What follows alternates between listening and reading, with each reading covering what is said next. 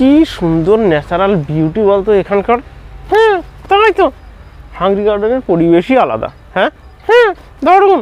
কিন্তু এখন রাখো তোমার ন্যাচারাল বিউটি আর প্ল্যানিং শোনো। কি প্ল্যানিং? আরে ফ্যামিলি প্ল্যানিং। এখনো বিয়ে করিসনি আর এখনই ফ্যামিলি প্ল্যানিং করে ফেলছিস?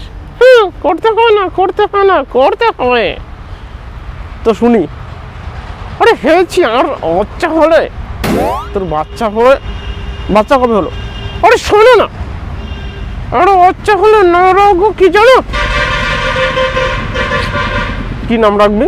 সর্বনাশ। সর্বনাশ, এটা কি ধরনের বিদঘুটে নাম রে বাবা। হ্যাঁ ইদঘুটে। তো যুক্তি কি এই সর্বনাশ রাখার পেছনে?